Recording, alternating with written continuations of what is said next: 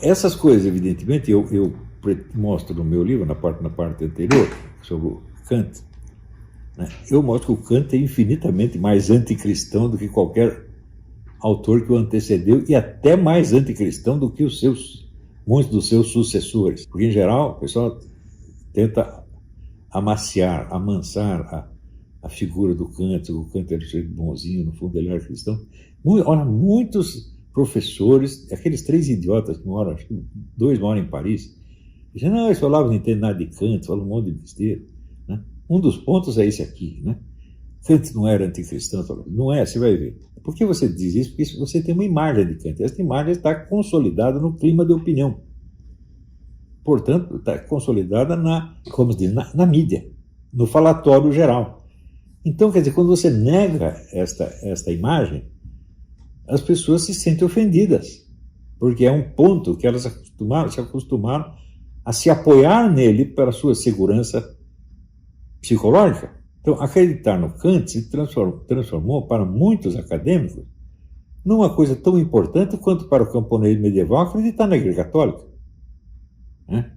Se caísse a Igreja Católica, o camponês ia ficar louco. Não é isso? Então, se caiu o Kant, o acadêmico moderno fica louco. Né? Bom, acontece o seguinte, acontece que por que Kant e Hegel e Marx e outros estão tão errados? Porque as doutrinas deles vão contra a doutrina católica? Não pode ser só isso. Porque, e este é um ponto que muitos católicos têm falado besteira, assim, besteiras monstruosas a respeito disso aí. Né? Outro dia mesmo o pessoal, aquele grupo, esqueci até o nome, são meio discípulos do Carlos Ninguém, né? Me acusa de estar seguindo os ensinamentos do Maurice Blondel, que dizia que assim, a experiência é mais importante do que a doutrina. Eu digo, bom, depende do que você entende por experiência. A minha experiência, a experiência nossa aqui, certamente não é superior à doutrina. Nós temos que aprender com a doutrina e temos que modelar a nossa experiência pelo que a doutrina da Igreja nos ensina. Isso é a coisa mais óbvia do mundo. Porém, e se nós nos referimos às experiências dos apóstolos? Eles tiveram primeiro a doutrina ou primeiro a experiência? Ou seja, primeiro eles receberam a formulação doutrinal pronta e depois eles viram Jesus Cristo? Não é possível. Mesmo o ensinamento do próprio Jesus Cristo não lhes foi dado todo de uma vez. Foi dado ao longo do tempo. E eles tinham que ver, tinham que encontrar Jesus Cristo fisicamente. Então não estou me referindo aqui à experiência mística. Claro que existe, nos evangelhos existe experiência mística também. Por exemplo, a transfiguração de Cristo no Monte Tábor. Aquilo, evidentemente, é uma experiência mística, porque eles estão vendo coisas que não estão propriamente neste mundo, estão vendo coisas que estão no além. Não é isso? Mas a maior parte das experiências descritas nos evangelhos e nos Atos dos Apóstolos são experiências físicas reais, experiências banais da vida. Não é isso? São coisas que as pessoas, como diz o próprio Cristo, vão e contem a João aquilo que vocês viram e ouviram. Ele não diz, vão e contem para João as visões místicas que vocês tiveram, né? As intuições místicas. Não, diz que vocês viram com seus olhos e ouviram com seus ouvidos. Então, é evidente que todo o edifício da fé cristã e católica em particular se baseia na autenticidade dessas experiências. Porque se as experiências são falsas, a religião inteira é falsa. Os evangelistas, toda hora, eles lembram que eles estão contando as coisas de acordo com aquilo que eles viram ou que eles receberam de testemunhas fidedignas que tinham visto e ouvido alguma coisa. Então, quer dizer, a massa de experiência é o conteúdo inicial dos evangelhos e dos Atos dos Apóstolos, meu Deus do céu. E o que é a doutrina? A doutrina é uma formulação doutrinal destinada a proteger esta experiência originária para que ela não seja deformada nem trocada por uma falsa experiência, como, por exemplo, a experiência dos gnósticos. Porque os gnósticos acreditam que eles viram um não sei quê, tá certo? Transmitido por entidades do outro mundo, que vieram e contaram para eles, não, assim, todo o mundo aqui foi criado por um Deus maligno, o Deus bondoso não criou mundo nenhum, né? Este mundo foi criado assim por um engano, por um erro, E quem contou isso para vocês? Foram entidades. Né? Então, esta é a falsa experiência. Eles não viram nada disso. Eles inventaram. Né? Ora, qual é a experiência de Kant e Hegel? Né? Kant percebeu mesmo essas condições a priori que estão antes de toda a experiência? Não. Eles inventou. Porque o que ele fez? Ele as obteve por análise da experiência. E ele diz, de fato, eu obtive por análise da experiência, mas eu demonstro que elas são prévias à experiência. Eu digo, não, elas não são são anteriores nem posteriores. Elas são a estrutura da experiência.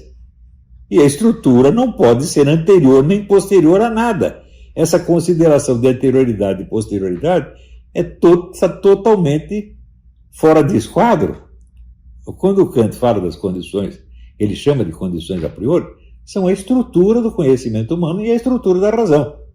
A estrutura da percepção é coexistente com a percepção. E a estrutura da razão é coexistente com a razão. Não é anterior. Estão entendendo? Então, isso quer dizer que, quando o menininho nasce, a primeira percepção que ele tem não foi uma estrutura a priori da percepção que determinou aquilo. Não, a estrutura entra em funcionamento da primeira percepção direto. Portanto, a anterioridade, a priori, chamar isso de a priori e a posterior é um absurdo. Né? Quer dizer, aquilo que se revela na experiência não é anterior à experiência, é a estrutura da própria experiência. Então ele está confundindo uma prioridade lógica, ele está tomando como se fosse uma prioridade temporal, o que é um total absurdo. Eu nem sei se ele teve essa intenção claramente. Eu já procurei nos textos dele, nunca achei. Pode ser que isto que eu estou dizendo, pode ser que ele estivesse consciente desta coisa, mas ele não explica isso direito em parte alguma. Ele continua usando a priori e a posterior. Ora, são dois termos que se referem a uma ordem temporal. Se ele percebesse que a alusão temporal é descabida, ele usaria outros termos. Não é isso? Então, por sua vez, a experiência do Hegel, né, do espírito que vai se revelando, né, na história do mundo, até chegar se revelando de maneiras parciais e incompletas, até chegar à sua revelação completa na cabeça do Hegel. Hegel teve essa experiência? Não, ele inventou. Está entendendo?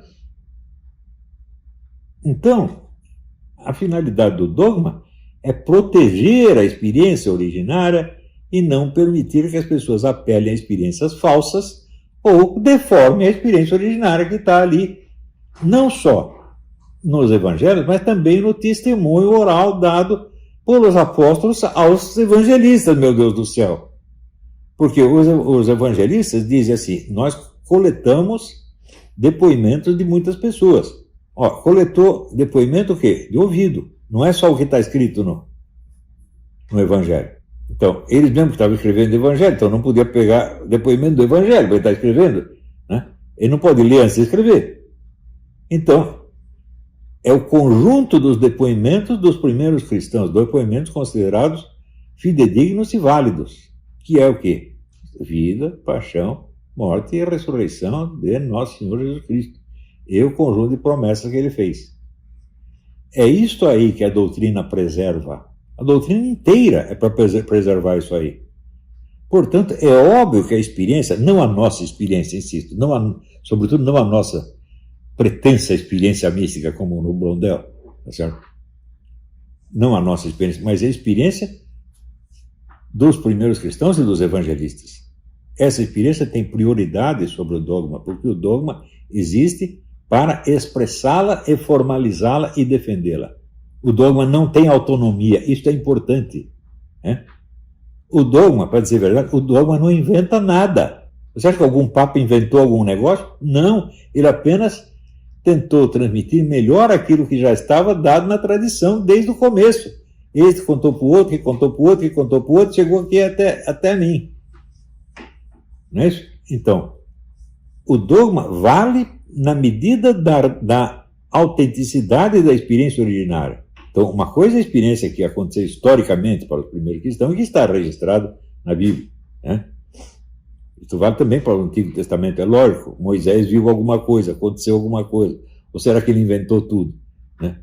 A travessia do Mar Vermelho ele inventou, a fuga do Egito ele inventou, é tudo doutrina, não é história. Né? Quer dizer, existe a realidade histórica da Bíblia, sobretudo a que eu estou me referindo, a realidade histórica do Novo Testamento. Né? E tudo mais depende disto. Se você não acredita que aqueles acontecimentos realmente aconteceram, você está negando o testemunho dos apóstolos. Mesmo que você concorde com a doutrina. Está entendendo? Então, a doutrina existe para defender e proteger a autenticidade da experiência fundadora. Não estou falando da experiência mística do seu Zé Manel, do seu Maurice Blondel, ou do seu Jacques Maritain, de qualquer um. Nada disso. Não estou falando nem de experiência mística, estou falando de experiência histórica, física. É o que diz o Jesus Cristo. Vão e contem para João o que vocês viram e ouviram. Está entendendo? Então, quando você vê que existem pessoas, e pessoas que são sinceramente católicas, que acreditam que o dogma predomina sobre a narrativa originária, eles confundiram tudo. Isso não quer dizer que eu estou concordando com Lutero, que tudo, né, sola a Escritura. Falo, claro que não, porque a própria Escritura diz que nós usamos o depoimento de outras pessoas. Então não pode ser só o que está escrito, porque para escrever aquilo eles tiveram que ouvir o depoimento de outras pessoas. Eles escreveram tudo, eles mesmos dizem que não. Eles dizem, se fosse escrever tudo, não ia terminar nunca. Né? Então, o certo, em vez de dizer só a Escritura, é só um factum, só o fato. O fato predomina. O fato da vida do nosso Senhor Jesus Cristo, o fato dos milagres, o fato da pregação que ele fez, o fato da morte, do sacrifício e o fato da ressurreição. Isto é que predomina. Não é nem o dogma posterior e nem a sola Escritura. Estão entendendo? Quer dizer que isso é uma discussão que não faz o menor sentido. Quer dizer, é só a Escritura ou vale o depoimento da tradição da igreja? Bom, se a tradição da igreja não poderia haver Escritura, porque os caras iam tirar. Eles mesmos dizem que pegaram a narrativa da onde? Da tradição, do que os outros estavam contando, pô. Tá entendendo? Então, você veja, quando aparece pessoa, né? Você vê aquele texto do Padre Calderon que ele cita. O Padre Calderon só leva em conta dois tipos de experiência. Ou a experiência mística ou a lógica do dogma. Meu Deus do céu! Isso tudo é muito secundário em relação à experiência originária, ao fato histórico acontecido. Quer dizer, na famosa interpretação, 4 interpretações da Bíblia. Primeiro, a interpretação literal, ou seja, o fato que está narrado. Está entendendo?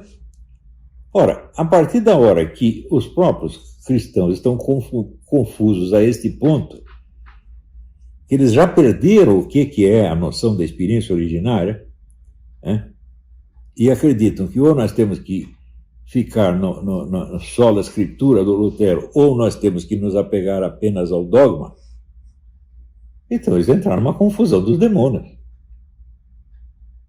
E é possível explicar isso de maneira muito melhor, e eu acredito que, com a ajuda aqui do Eric Wegener, do Glenn Alexander Magee e do Jacques Dond, a gente pode esclarecer todo esse negócio que está acontecendo. Deu para entender?